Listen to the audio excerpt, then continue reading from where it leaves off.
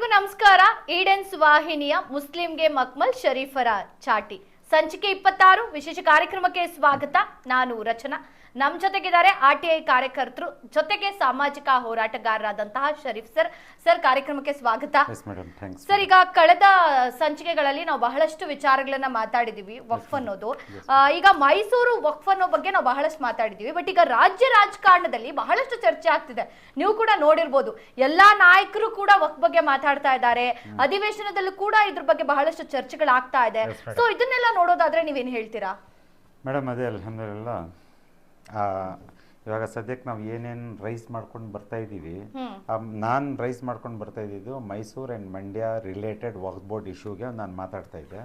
ಮಧ್ಯ ನಾನು ಅನ್ವರ್ ಮಾಪಡಿ ರಿಪೋರ್ಟ್ ಬಗ್ಗೆನೂ ನಾನು ಹೇಳ್ಕೊಂಡು ಬರ್ತಾ ಇದ್ದೆ. ಲಾಸ್ಟ್ ಎಪಿಸೋಡ್ನಲ್ಲಿನೂ ನಾನು ನಿಮಗೆ ಹೇಳಿದೆ, ಮುಂದಕ್ಕೆ ಎಲ್ಲ ಇದರ ಬಗ್ಗೆ ಡೀಟೇಲ್ಸ್ ಆಗಿ ಹೇಳ್ತೀನಿ ಅಂತ. ಬಟ್ ಇದ್ದಂಗೆ ಇವಾಗ ಒಂದು ತಿಂಗಳಿನಲ್ಲಿ ನಾನು ಮುಂಚೆ ಸ್ವಲ್ಪ ಹೇಳಲಿಕ್ಕೆ ಇಷ್ಟಪಡ್ತಾ ಇದ್ದೀನಿ. ಒಂದು ತಿಂಗಳ ಹಿಂದ್ಗಡೆ ಇದ್ದಂಗೆ ಚಿತ್ರದುರ್ಗದ್ದು ಒಂದು ಇಶ್ಯೂ ಆಚೆ ಬಂದ್ಬಿಡ್ತು. 6 ಎಕರೆ ಸಂಬಂಧಪಟ್ಟಿದ್ದು. Ex chairman Karnataka state board of Waqf Anwar ಬಾಷಾದು ಇಶ್ಯೂ ಇದು. ಇದು ಆಚೆ ಅಲ್ಲಿ ಬಂದ್ಬಿಡ್ತು. ಆಚೆ ಬಂದ್ಬಿಟ್ಟು ಅದರದ್ದು ಏನೇನೋ ಮ್ಯಾಲ ಪ್ರಾಕ್ಟೀಸ್ ಆಗಿ, ಮ್ಯಾನುಪ್ಯುಲೇಷನ್ ಆಫ್ ಡಾಕ್ಯುಮೆಂಟ್ಸ್ ಆಗಿ, ಸುಮಾರು ಏನೇನೋ ಆಗಿ, ಫ್ರಾಡ್ ಆಗಿ ಒಂದು ಸುಮಾರು ವಿಡಿಯೋಸ್ ಎಲ್ಲ ಆಚೆ ಬಂತು. ವಿಡಿಯೋಸು ಬಂತು, ಡಾಕ್ಯುಮೆಂಟ್ಸು ಬಂತು. ಸೊ ನಾನು ಸ್ವಲ್ಪ ಅದರ ಮೇಲೆ ಸ್ವಲ್ಪ ಅದನ್ನ ನೋಡ್ಕೊಂಡು ಹೋಗ್ತಾ ಇದ್ದೀನಿ. ಡಾಕ್ಯುಮೆಂಟ್ಸು ಕಲೆಕ್ಟ್ ಮಾಡ್ತಾ ಇದ್ದೀನಿ, ಏನಿದು ಹೆಂಗಿದು ಅಂತ. ಕಾರಣ ಯಾಕಂತ ಹೇಳಿದ್ರೆ, ನಾನು ನಮ್ಮ ವೀಕ್ಷಕರಿಗೆ ಏನು ಹೇಳಕ್ ಇಷ್ಟಪಡ್ತಾ ಇದ್ದೀನಿ ಅಂದ್ರೆ, ವಕ್ಫ್ ಬೋರ್ಡ್ ಸಂಬಂಧಪಟ್ಟಿದ್ದು ಆಸ್ತಿ ಎಕ್ರಾರ್ಸ್ ಗಂಟೆ ಇರಲಿ, 1 ಸ್ಕ್ವೇರ್ ಫೀಟ್ ಇರಲಿ, ಅದು ವಕ್ಫ್ ಬೋರ್ಡ್ದೇ. ಅದು ಇದೆಲ್ಲರಿಗೂ ನಾನು ವಾರ್ನಿಂಗ್ ಇಲ್ಲ ಕೊಡ್ತಾ ಇರೋದು. ಇದು ಒಂದು ಸಂಬಂಧಪಟ್ಟಿದ್ದು ಓನರ್ಶಿಪ್. ಇದು ಗೆಜೆಟ್ ಆಗಿರ್ತದೆ. ಟೈಟಲ್ ಡೀಡ್ ಹೆಂಗಾಗಿರ್ತದೆ ಹಂಗೆ ಗೆಜೆಟ್ ಆಗಿರ್ತದೆ. ಅದು ವಕ್ಫ್ ಬೋರ್ಡ್ ಸಂಬಂಧಪಟ್ಟಿದೆ ಅದು. ಯಾಕಂದ್ರೆ ಇವಾಗ ಸುಮಾರು ವಿಡಿಯೋಸ್ನಲ್ಲಿ ನಮ್ಮ ಹಾನರಬಲ್ ವಕ್ಫ್ ಮಿನಿಸ್ಟರ್ ಸಾಹೇಬ್ರು, ಜಮೀರ್ ಅಹಮದ್ ಸಾಹೇಬ್ರು ಹೇಳ್ತಾವ್ರೆಲ್ಲ, ನಮ್ಮವರೇ ಎನ್ಕ್ರೋಚ್ ಮಾಡ್ಕೊಂಡವ್ರೆ ಸುಮಾರು ಆಸ್ತಿಗಳು ಅಂತ. ಅವರು ಸ್ಪೆಸಿಫಿಕ್ ಯಾರಿಗೂ ಅವರು ಟಾರ್ಗೆಟ್ ಮಾಡ್ತಾ ಇಲ್ಲ. But many of the properties has been encroached ಅಂತ ಹೇಳಿದ್ರೆ, ಇವಾಗ ಜನಕ್ಕೆ ಗೊತ್ತಾಗಬೇಕು ಅಂದರೆ, ಒಳ್ಳೆ ರೀತಿಯಿಂದ ಹೇಳಬೇಕು ಅಂದರೆ, it is nothing but A theft, ಕಳ್ತನ. ಜನಕ್ಕೆ ಚೆನ್ನಾಗಿ ಅರ್ಥ ಮಾಡ್ಕೊಳ್ಳಿ, ವಕ್ಫ್ ಬೋರ್ಡ್ ಆಸ್ತಿಗಳು ಕಳ್ತನ ಆಗ್ಬಿಟ್ಟೈತೆ ಅಂತಾರದು. ಬಿಕಾಸ್ ಇವಾಗ ನಾವು ಇನ್ನೊಂದು ಉದಾಹರಣೆ ನಾನು ಕೊಟ್ಬಿಡ್ತೀನಿ ಮೇಡಮ್. ನಮ್ಮ ಮನೆದು ಪಕ್ಕದಲ್ಲಿ, ನಮ್ಮ ಸ್ವಂತ ಆಸ್ತಿ ಪಕ್ಕದಲ್ಲಿ ಯಾರೋ ಅವರು ಸ್ವಂತನವರು ಒಂದು ಅರ್ಧ ಅಡಿ ಒಳಗಡೆ ಬಂದ್ಬಿಟ್ರೆ ಬಿಡ್ತೀವಿ ಮೇಡಮ್ ನಾವು? ಬಿಡಲ್ಲ. ಅವ್ರು ಒಳಗಡೆ ಬಂದ್ರೆ ಏನದು ಎನ್ಕ್ರೋಚ್ಮೆಂಟ್. ಆ ಎನ್ಕ್ರೋಚ್ಮೆಂಟ್ಗೆ ಬಂದ್ರೆ ಅವ್ರು ನಮ್ ಜಾಗ ಥೆಫ್ಟ್ ಮಾಡ್ತಾ ಇರೋದು. ಹಂಗೆ ಅದು ಉದಾಹರಣೆ ಇದೆ ಹೇಳ್ತಾರೆ. ಇದೆಲ್ಲ ಇಂಥ ಸಮಸ್ಯೆದಲ್ಲಿ ಚಿತ್ರದುರ್ಗದ್ದು 6 ಎಕರೆದು ಎನ್ಕ್ರೋಚ್ಮೆಂಟ್ ಆಗ್ಬಿಟ್ಟೈತೆ, ಅದು ಏನೇನೋ ಮ್ಯಾನುಪ್ಯುಲೇಷನ್ ಆಗ್ಬಿಟ್ಟೈತೆ ಅಂತ ವೈರಲ್ಸ್ ನಡೀತು ವಿಡಿಯೋಸ್. ನಾನು ನೋಡಕ್ ಹೋಗ್ತೀನಿ, ಏನೇನೋ ಸಮಸ್ಯೆ ನಡೀತಾ ಇರ್ತದೆ. ಅದರ ಮಧ್ಯ 8 ದಿವಸದಲ್ಲಿ ನಮ್ಮ ಹಾನರಬಲ್ ಮಿನಿಸ್ಟರ್ ಸಾಹೇಬ್ರದ್ದು ಇನ್ನೊಂದು ವಿಡಿಯೋ ಅದಕ್ಕೆ ಸಂಬಂಧಪಟ್ಟಿದ್ದು ನಡೀತದೆ. ಆಡಿಯೋ ವಿಡಿಯೋ ರೆಕಾರ್ಡಿಂಗ್ ನಡೀತಾ ಇರ್ತದೆ. ಆ ಯಾರವನು ಎತ್ತಿದ ಅಲ್ಲಿ ಇಶ್ಯೂ, ಆ ಹುಡುಗ ಅವನ ಹತ್ರ ಮಾತಾಡಿರೋದು ಇದು ಆಡಿಯೋ, ಟೆಲಿಫೋನಿಕ್ ಚರ್ಚೆ ಅದು. ಅಕಸ್ಮಾತ್ ನಾನು ಮುಂದೆ ಕ್ಲಿಯರ್ ಮಾಡ್ಬಿಡ್ತೀನಿ, ಅಕಸ್ಮಾತ್ ಇಫ್ ಸಪೋಸ್ ಅದೆಲ್ಲ ಫ್ಯಾಕ್ಟ್ಸು, ನಾನು ಅದರ ಮೇಲೆ ಇನ್ಕ್ವೈರಿ ಆಗೋದು ಮುಂಚೆ, ನಾನು ವೆರಿಫೈ ಆಗೋದು ಮುಂಚೆ ನಾನು ಜಸ್ಟಿಫಿಕೇಶನ್ ಕನ್ಫರ್ಮೇಶನ್ ಕೊಡಲ್ಲ. ಬಟ್ ಇಫ್ ಮಾಡಿದ್ರೆ, ಬಟ್ ಅಂತ ಹೇಳ್ತಾ ಇದ್ದೀನಲ್ಲ, ಅಕಸ್ಮಾತ್ ಅವ್ರಿಗೆ ಕಾಂಟ್ಯಾಕ್ಟ್ ಆಗಿ ಮಾಡಿದ್ರೆ ಅದು ಯಾರನ್ನ ಮಾಡಿರೋದು ತಪ್ಪೇ ಮೇಡಮ್, ಅದು ತಪ್ಪದು. Because you are a honourable minister. ನೀವು, ನಾನು ನಿಮ್ಗೆ ಬುದ್ಧಿ ಹೇಳ್ಕೊಡೋನು ಇಲ್ಲ. ನಾನು, you are a honourable minister. You are for the whole of the public, for the whole of Karnataka. ಕರೆಸಿ, ಓಪನ್ ಡೋರ್ ನಲ್ಲಿ ಕೂತ್ಕೊಳ್ಳಿ, ಚರ್ಚೆ ಮಾಡಿಸಿ, ಏನ್ ಬಗೆಹರಿಸ್ಬೇಕು ಬಗೆಹರಿಸಿ, ಕ್ಲಿಯರ್ ಕಟ್.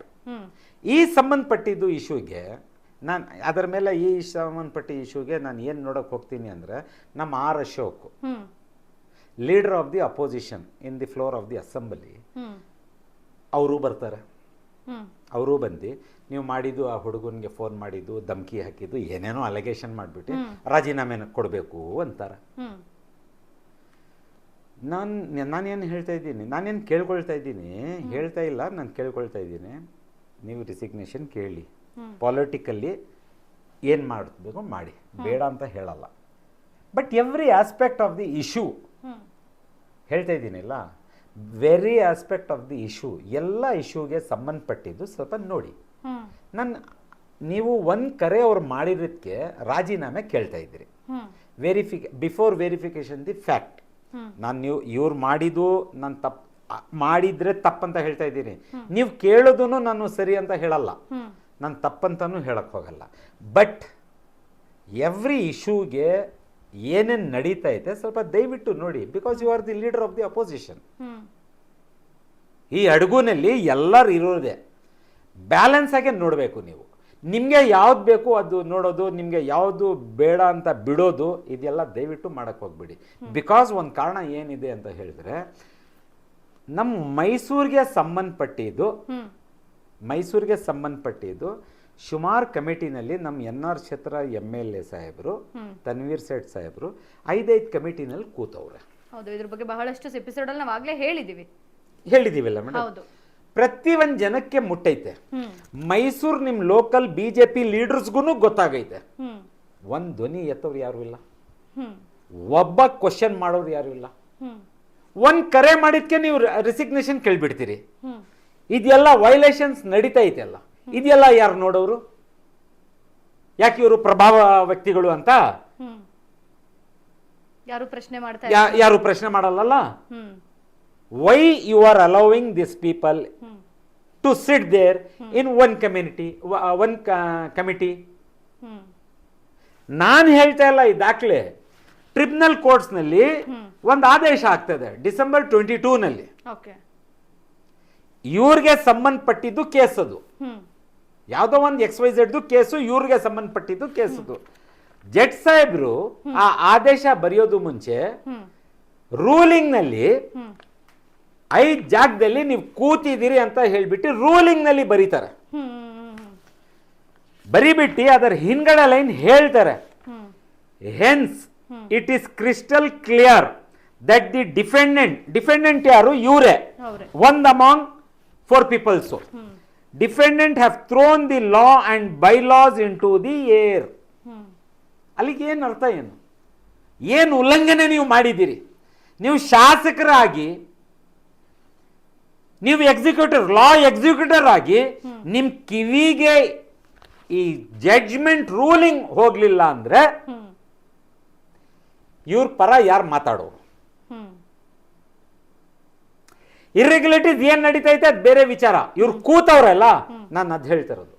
2.5 ವರ್ಷದಿಂದ ನಾನು ಹೇಳ್ತಾ ಇದ್ದೀನಿ, ಇವ್ರು ಕೂತವ್ರೆ ಅಂತ. ಆದ್ರೂ ಯಾರು ತಲೆ ಕೆಡಿಸ್ಕೋತಾ ಇಲ್ಲ. ಒಂದ್ ಫೋನ್ ಹೋದ್ರೆ ನೀವು ಹೋಗಿ ರೆಸಿಗ್ನೇಷನ್ ಕೇಳ್ಬಿಡ್ತೀರಾ? ಕೇಳಿ, ಬೇಡ ಅಂತ ಹೇಳ್ತಾ ಇಲ್ಲ. ಇಲ್ಲಿ ಉಲ್ಲಂಘನೆ ಮಾಡ್ಕೊಂಡು ಕೂತವ್ರಲ್ಲ, ಕೋರ್ಟ್ ರೂಲಿಂಗ್ಸ್ ಇದನ್ನ ಕೇಳಿ ಅಂತ. ಇದು ಕೇಳಿ ಸರ್, ದಯವಿಟ್ಟು ಕೇಳಿ. ಯಾಕೆ ಕೂತಿದ್ದೀರಿ ನೀವು ಅಂತ. ಆಶ್ಚರ್ಯದು ಏನ್ ಮಾತಂತ ಹೇಳಿದ್ರೆ, 2.5 ವರ್ಷದಿಂದ ಯಾರು ಕೇಳಲಿಲ್ಲ, ಯಾರು ಮಾಡಲಿಲ್ಲ. ನಾನು ಏನಂತ ಹೇಳೋಣ, ಬೊಗಳ್ತಾ ಇದ್ದೀನಿ. ನಿಮ್ ಲೋಕಲ್ ಲೀಡರ್ಸ್ ಯಾರು ಕೇಳೋರಿಲ್ಲ. 3-4 ತಿಂಗಳ ಹಿಂದ್ಗಡೆ ಹೋಗಿ ರಿನ್ಯೂವಲ್ ಮಾಡಿಸ್ಕೊಂಡು ಬಂದವ್ರೆ. ಎಷ್ಟು ಧೈರ್ಯ ಇದೆ ಇವ್ರಿಗೆ ನೋಡಿ. ಉಲ್ಲಂಘನೆ ಮಾಡಿದ್ರು ಮತ್ತೆ ರಿನ್ಯೂವಲ್ ಮಾಡಿಸ್ಕೊಂಡು ಬಂದವ್ರೆ. ಎಷ್ಟು ಮಟ್ಟಿಗೆ ಪ್ರಭಾವ ಬಿದ್ದಿರ್ಬೋದು ಅಂತ. ಇವ್ರಿಗೆ ಒಂದ್ ಕಾನೂನು, ಸಾಮಾನ್ಯ ಜನಕ್ಕೂ ಒಂದ್ ಕಾನೂನು.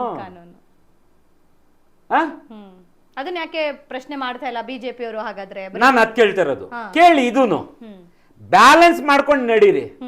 ನಿಮ್ಗೆ ಯಾವ ಬೇಕು ಆ ಇಶ್ಯೂ ಎತ್ಕೊಳ್ಳೋದು, ನಿಮ್ಗೆ ಯಾವ ಇಶ್ಯೂ ಬೇಡ ಅದೆಲ್ಲ ಮುಚ್ಚಾಕೋದು ಅಂದ್ರೆ we are the sufferers. Ultimate ನಾವು ಸಫರ್ ಆಗ್ತಾ ಇರೋದು. ಹೌದು. ಅಲ್ಲ, ಈಗ ಪ್ರಶ್ನೆ ಕೇಳ್ತಾ ಇಲ್ಲ ಅಂದ್ರೆ ಎಲ್ಲಾದ್ರೂ ಅವ್ರದ್ದು ಏನಾದ್ರೂ ಒಳಗಡೆ ಸ್ವಲ್ಪ ನಾನು ಅದೆಲ್ಲ ಹೇಳೋಕ್ ಹೋಗಲ್ಲ. No comments on the political. ಇದೆಲ್ಲ ನಂದು ಕೌಂಟರ್ ಸ್ಟೇಟ್ಮೆಂಟ್ ಇಲ್ಲ ಮೇಡಮ್. Because R. ಅಶೋಕ್ ಸಾಹೇಬರಿಗೆ ನಾವು ಬರ್ದಿದ್ದೀವಿ. ಒಂದ್ ಜವಾಬ್ ಬರಲ್ಲ ಅಲ್ಲಿಂದ. ಈ ಸಮಸ್ಯೆಗಳಿಗೆ ಕನೆಕ್ಟೆಡ್ ನಾವು ಬರ್ದಿದ್ದೀವಿ. ಇದೆ, ಒಂದ್ ಜವಾಬ್ ಬರಲ್ಲ. ನಾನು ಇನ್ನೊಂದ್ಸಲಿ ಹೇಳ್ತಾ ಇದ್ದೀನಲ್ಲ, ನೀವು ಕೇಳಿದ್ದು ರಾಜೀನಾಮೆ ಕೇಳಿದ್ದು ತಪ್ಪಂತ ನಾನು ಹೇಳ್ತಾ ಇಲ್ಲ. ಇದು ನೋಡಿ ಸ್ವಲ್ಪ why you are leaving him off the hook? ಈಗ ಚಿತ್ರದುರ್ಗದ ವಿಚಾರನ ಎತ್ಕೊಂಡಿರೋರು ಮೈಸೂರು ವಿಚಾರನೂ ಎತ್ಕೊಳ್ಳಿ. You are leader of the opposition for the state. ಹೌದು. ಸೊ ಓವರ್ ಆಲ್ ಸ್ಟೇಟ್ ನಲ್ಲಿ ಏನ್ ನಡೀತೈತಿ ಎಲ್ಲ ನೋಡಿ. ನೀವಿದೆಲ್ಲ ಹಿಂಗೆ ಕೇಳ್ದಂಗೆ ಮಾಡ್ದಂಗೆ ನಮ್ಮ ಹತ್ರ ನಮ್ಮ ವಿಚಾರ ನೀವು ನೋಡ್ದಂಗೆ ಎಲ್ಲ ಮಾಡಿರೋದಕ್ಕೆ ಇದೆಲ್ಲ ನಾನು ಹೇಳ್ತೀನಿ. ನಿಮ್ಮ ಮೇಲೆ ಬೆಲೆ ಮಾಡ್ತಾ ಇಲ್ಲ. ಇದೆಲ್ಲ ಅಕ್ರಮಗಳು ನಡೆದಿರೋದಿಲ್ಲಿ ವಕ್ಫ್ ಬೋರ್ಡ್ ಸಂಬಂಧಪಟ್ಟಿದ್ದು. ಅದು ಮೇನು ಒಬ್ರು ಶಾಸಕರ ಮೇಲೆ ಕೇಳಿ ಬರ್ತಾ ಇರೋದು. ಅದು ಮೇನು. ಬೇರೆ ಏನೋ ಆಗಿದ್ರೆ ಸಾಮಾನ್ಯ ವ್ಯಕ್ತಿ ಆಗಿದ್ರೆ ಓಕೆ. ಅವ್ರಿಗೂ ಬಿಡಕ್ಕಾಗಲ್ಲ ಮೇಡಮ್, ಸಾಮಾನ್ಯಕ್ಕೂ ಬಿಡಕ್ಕಾಗಲ್ಲ. ಸಾಮಾನ್ಯನೂ ಯಾರಿಗೂ ಹಕ್ಕೇ ಇಲ್ಲ. ನಾನು ಹೇಳ್ತಾ ಇದ್ದೀನಲ್ಲ, ಒಂದಿನ ಜಾಗ ಯಾರನ ಏನ್ ನೋಟಿಫಿಕೇಶನ್ ಆಗೈತೆ ಆ ನೋಟಿಫಿಕೇಶನ್ ಜಾಗದಲ್ಲಿ ಇನ್ ಜಾಗನು ಯಾರು ಏನು ಎನ್ಕ್ರೋಚ್ ಮಾಡ್ದಂಗಿಲ್ಲ, ಕರಪ್ಷನ್ ಮಾಡ್ದಂಗಿಲ್ಲ. ಅಲ್ಲ ಅಂದ್ರೆ ಜವಾಬ್ದಾರಿಯುತ ಸ್ಥಾನದಲ್ಲಿ ಕೂತಿದವರೇ ಬುದ್ಧಿ ಹೇಳೋರೆ ತಪ್ಪು ಮಾಡಿದಾಗ ಇನ್ನು ಸಾಮಾನ್ಯ ಜನರು ತಪ್ಪು ಮಾಡೋದ್ರಲ್ಲಿ ಅಲಿಗೇಷನ್ ಎಲ್ಲಿದೆ ಮೇಡಮ್? ಎಲ್ಲ ನಾನು ದಾಖಲೆ ತೋರಿಸ್ತಾ ಇದ್ದೀನಿಲ್ಲ. ಇವಾಗ ದಾಖಲೆನಲ್ಲಿ ನೀವು 1 to 5 ಕಮಿಟಿನಲ್ಲಿ ಕೂತ್ಕೋಬಾರ್ದು ಅಂತ ಹೇಳ್ಬಿಟ್ಟು ಇಲ್ಲಿ ಮೆಂಬರ್ಶಿಪ್ ಆಕ್ಟ್ ಇದೆ. ಹೌದು. ಏನಿದೆ? ಮೆಂಬರ್ಶಿಪ್ ಆಕ್ಟ್ ಇದೆ, ಕಾನೂನಿದೆ. ಜಡ್ಜ್ ಸಾಹೇಬ್ರು ಹೇಳೋರೆ ಬೈಲಾಸ್ ಅಂತ ಹೇಳೋರೆ. ಬೈಲಾಸ್ ಅಂತ ಹೇಳಿದ್ರೆ ಇದೆ. ಇದಕ್ಕೆ ಉಲ್ಲಂಘನೆ ಮಾಡ್ಬಿಟ್ಟು ನೀವು 5 ಜಾಗದಲ್ಲಿ ಕೂತಿದ್ದೀರಲ್ಲ, ಇವ್ರಿಗೆ ಒಂದ್ ಸ್ವಲ್ಪ ಅಶೋಕ್ ಸಾಹೇಬ್ರು ಆಮೇಲೆ ಇವತ್ತಿಂದು ವಿಚಾರದಲ್ಲಿ ಹೇಳಿ 2 ವರ್ಷ ಹಿಂಗಡೆ ಈ ರೂಲಿಂಗ್ ನೋಡ್ಕೊಂಡು ಇವ್ರ ಕಾನೂನ್ಗೆ, please note down this point, ಕಾನೂನ್ಗೆ ಇವರು ಎದರ್ಕೊಂಡು ನಡೀತಾ ಇದ್ರೆ ಈ ರೂಲಿಂಗ್ ಬಂದ ತಕ್ಷಣ ಇವ್ರು ರಿಸೈನ್ ಮಾಡ್ಬೇಕಾಗಿತ್ತು. ಹೌದು. ಇಲ್ಲಿ ಕೇಳ್ತಾ ಇದ್ದೀನಿ, ಇವಾಗಂಟ ಎಲ್ಲೂ ಕೇಳಿರಲಿಲ್ಲ ನಾನು ರಿಸೈನ್ ಮಾಡಬೇಕು ಅಂತ. ಅಶೋಕ್ ಸಾಹೇಬ್ರು ಕೇಳೋದು ಆಮೇಲೆ ಇರಲಿ, ನಾನೇ ಹೇಳ್ತಾ ಇದ್ದೀನಿಲ್ಲ, ಇವ್ರಿಗೆ ವೈಲೇಷನ್ ಮಾಡ್ತಿರೋದು ನನ್ನ ತಪ್ಪು, ಕಾನೂನ್ಗೆ ನಾವು ರೆಸ್ಪೆಕ್ಟ್ ಕೊಡಬೇಕು ಅಂತ ಸ್ವಲ್ಪನೂ ಇವ್ರ ಹತ್ರ ಮರ್ಯಾದೆ ಏನು ಇಲ್ದಂಗೆ ಎಲ್ಲ ಇರ್ತಾ ಇದ್ರೆ ಇವ್ರು ತಕ್ಷಣ ರಿಸೈನ್ ಮಾಡ್ಬಿಡೋರು. ಅಲ್ಲ, 2.5 ವರ್ಷದಿಂದನೇ ಮಾಡಿಲ್ಲ, ನಡ್ಸ್ಕೊಂಡ್ ಬರ್ತಾ ಇದಾರೆ. ಅದ್ರಲ್ಲಿ ಈಗ ರೀಸೆಂಟ್ ಆಗಿ ಬೇರೆ ರಿನಿವಲ್ ಮಾಡಿಸಿದ್ರಿ ಅಂತ ಹೇಳಿದ್ರಿ. ಹೆಂಗಿದೆ ನೋಡಿ ಮೇಡಮ್, ಇದೆಲ್ಲ ರಿನಿವಲ್ದು ಪೇಪರು ಇದೆ ಅಲ್ಲ. ಮತ್ತೆ ಇವ್ರು ಇನ್ಯಾರಿಗೆ ಭಯ ಪಡ್ತಾರೆ, ಇನ್ಯಾರಿಗೆ ನ್ಯಾಯ ಒದಗಿಸಕ್ಕೆ ಪ್ರಯತ್ನ ಪಡ್ತಾರೆ ಅಂತ. ಅದೇ ಇವಾಗ ಒಂದ್ಸಲಿ ನೀವು ಇವ್ರಿಗೆ ಕರೆ ಮಾಡಿ ಏನು ಹೇಳ್ತಾರೆ ನೋಡೋಣ, ಒಂದು ಕೌಂಟ್ರ್ ಆಮೇಲೆ ಅದ್ರ ಬಗ್ಗೆ ಅವ್ರಿಗೆ ಹೇಳೋಣ ಅಂದರೆ, ಇಲ್ಲ ಮೇಡಮ್ ನನಗೆ ಅನಿಸ್ತಾ ಇರೋದಿಲ್ಲ. According to the papers what I have, ನಾನು ಏನು ತಗೊಂಡಿದ್ದೀನಿ ಆ ಪೇಪರ್ಸ್ ಎಲ್ಲ ತೋರಿಸ್ತೈತೆ. ಇವ್ರು ಯಾರಿಗೂ ಕೇಳಲ್ಲ, ಇವ್ರ ಅಪ್ಪಂದಿರೋದು ಆಸ್ತಿ ಅಂತ ಹೇಳ್ಬಿಟ್ಟು. ಸರ್, ಈಗ ವಕ್ಫ್ ಬಗ್ಗೆ ಎಷ್ಟೊಂದು ವಿಚಾರಗಳನ್ನ ಮಾತಾಡ್ತಿದ್ದಾರೆ, ಹೋರಾಟ ಮಾಡ್ತಾ ಇದ್ದಾರೆ. ಇದನ್ನ ದಿನನಿತ್ಯ ಅಂತೂ ಇತ್ತೀಚಿನ ದಿನಗಳಲ್ಲಿ ನಾವು ನೋಡ್ತಾನೆ ಇದ್ದೀವಿ. ಸೊ ಇದಕ್ಕೆ ಸಂಬಂಧಪಟ್ಟಂತೆ ಏನ್ ಹೇಳ್ತೀರಾ ನೀವು? ಮೇಡಮ್, ಅದೇ ಇವಾಗ ಇಷ್ಟೊಂದು ಹೇಳಿದ್ದೀವಿ, ನೋಡಿದ್ದೀವಿ, ನಾವು ಹೇಳ್ಕೊಂಡು ಹೋಗ್ತಾ ಇದ್ದೀವಿ ಅಂತ ಹೇಳಿದ್ರೆ ಎಲ್ಲ ಸರಿಗಾಗಬೇಕು ಅಂತ, ಟ್ರಾನ್ಸ್ಪರೆಂಟ್ನಲ್ಲಿ ಬರಬೇಕು ಅಂತ ಹೇಳ್ಕೊಂಡು ಹೋಗ್ತಾ ಇರೋದು. ಅಕ್ರಮಗಳು ನಡೀತೈತೆ. ಅದರ ಮೇಲೆ ಈ ಪೊಲಿಟಿಕಲ್ ಫಿಗರ್ಸ್ ಏನಿದೆ ಅಂದರೆ, ಇವ್ರವ್ರ ಮೇಲೆ ಅಂತ ಹೇಳಕ್ ಹೋಗಲ್ಲ ನಾನು, ಎಲ್ಲರೂ ತುಪ್ಪ ಸುರಿತವ್ರೆ. ಇವಾಗ ವಕ್ತು ಒಂದು ಇಶ್ಯೂ ಸಿಗ್ಬಿಟ್ಟೈತೆ, ತುಪ್ಪ ಸುರಿತವ್ರೆ. ಇವಾಗ ನಾವು ನಮ್ಮ ಲೀಡರ್ ಆಫ್ ದಿ ಅಪೋಸಿಷನ್ ಅಂತ ಹೇಳಿದೀವಿಲ್ಲ ಅವ್ರ ಬಗ್ಗೆ ಲಾಸ್ಟು.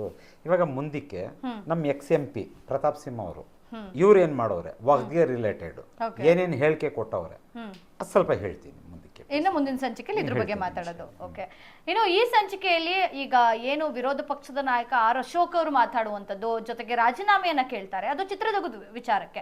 ಆದ್ರೆ ಮೈಸೂರಿನಲ್ಲೇ ಇಷ್ಟೊಂದು ಹಗರಣ, ಇಷ್ಟೊಂದು ವಿಚಾರಗಳಿವೆ, ಆದ್ರೆ ಇದ್ರ ಬಗ್ಗೆ ಯಾಕೆ ಬಿಜೆಪಿ ನಾಯಕರು ಧ್ವನಿ ಎತ್ತುತ್ತಾ ಇಲ್ಲ, ಯಾಕೆ ಪ್ರಶ್ನೆ ಮಾಡ್ತಾ ಇಲ್ಲ ಅನ್ನೋದು ಶರೀಫ್ ಅವರ ಮಾತಾಗಿರುವಂಥದ್ದು. ಸೊ ಮುಂದಿನ ದಿನಗಳಲ್ಲಾದ್ರೂ ಇದ್ರ ಬಗ್ಗೆ ಧ್ವನಿ ಎತ್ತುತ್ತಾರಾ, ಪ್ರಶ್ನೆ ಮಾಡ್ತಾರಾ ಅಂತ ಕಾದು ನೋಡೋಣ. ಇದನ್ನ ಹೇಳ್ತಾ ಏನು ಸಂಚಿಕೆ 26 ಇದೆ, ಇದನ್ನ ಇಲ್ಲಿಗೆ ಮುಗಿಸ್ತೀನಿ. ನೋಡ್ತಾ ಇರಿ E-Dens ನ್ಯೂಸ್, ನಿಮ್ಮೊಂದಿಗೆ ನಾವಿದ್ದೇವೆ. Okay ma'am, thanks ma'am.